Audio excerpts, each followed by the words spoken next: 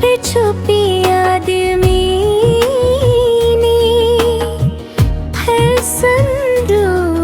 बदलिशी